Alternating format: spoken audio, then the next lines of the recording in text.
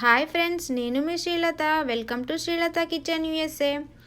ఈరోజు మనం కొబ్బరి బర్ఫీని ఎలా ప్రిపేర్ చేయాలో తెలుసుకుందాం. తరచుగా మనం ఇంట్లో కొబ్బరికాయలు కొడుతూ ఉంటాం కదా, అవి వేస్ట్ చేయకుండా ఇలా కొబ్బరి బర్ఫీని ట్రై చేయండి. టేస్ట్ చాలా బాగుంటాయి. కోకోనట్ బర్ఫీని చేసే ఆ ప్రాసెస్ ఏంటో ఇప్పుడు చూసేద్దాం. ఒక కొబ్బరి ముక్కను తీసుకొని వెనుక ఉన్న బ్రౌన్ పార్ట్ని పీలర్తో తీసేయాలి. ఇలా తీసేయడం వలన బర్ఫీ మంచి కలర్ వస్తుంది. అదే కాకుండా మనం బర్ఫీని తిన్నప్పుడు దగ్గు వంటి ప్రాబ్లం ఏమీ లేకుండా ఉంటుంది. అలాగే పిల్లలకు కూడా పెట్టొచ్చు. ఇలా అన్నింటినీ చిన్న ముక్కలుగా చేసుకొని మిక్సీ జార్లో వేసుకొని మెత్తగా గ్రైండ్ చేసుకోవాలి. ఇలా గ్రైండ్ చేసుకొని పక్కన పెట్టుకోవాలి. ఇప్పుడు అన్నింటినీ కొలతలతో తీసుకోవాలి. దానికోసం నేను ఒక గ్లాసుని యూజ్ చేస్తున్నాను. మనం గ్రైండ్ చేసి పెట్టుకున్న కోకోనట్ 2 గ్లాసులు తీసుకుంటున్నాను. ఇప్పుడు ఈ కోకోనట్ని ఫ్రై చేసుకోవాలి. స్టవ్ పైన ప్యాన్ పెట్టుకొని ప్యాన్ వేడెక్కగానే ఇందులో 1 టేబుల్ స్పూన్ దాకా నెయ్యిని వేసుకొని నెయ్యి కరగగానే ఇందులో మనం గ్రైండ్ చేసి పెట్టుకున్న కోకోనట్ని యాడ్ చేసుకోవాలి. స్టవ్ని లో ఫ్లేమ్లో పెట్టుకొని స్టవ్ దగ్గరే ఉండి కలుపుతూ ఫ్రై చేసుకోవాలి.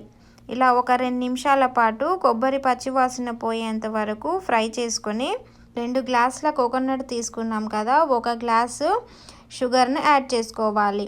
ఒకవేళ ఇంకా స్వీట్ కావాలనుకునే వాళ్ళు ఇంకా కాస్త కూడా యాడ్ చేసుకోవచ్చు.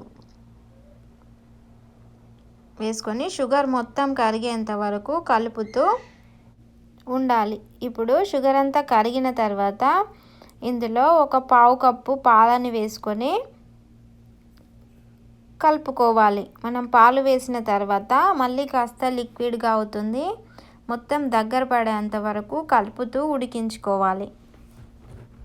ఒక 3 నిమిషాల పాటు ఇలా ఉడికిన తర్వాత ఇందులో 1/4 టీ స్పూన్ దాకా మంచి ఫ్లేవర్ కోసం ఇలాచీని యాడ్ చేసుకోవాలి. ఇది పూర్తిగా ఆప్షనల్.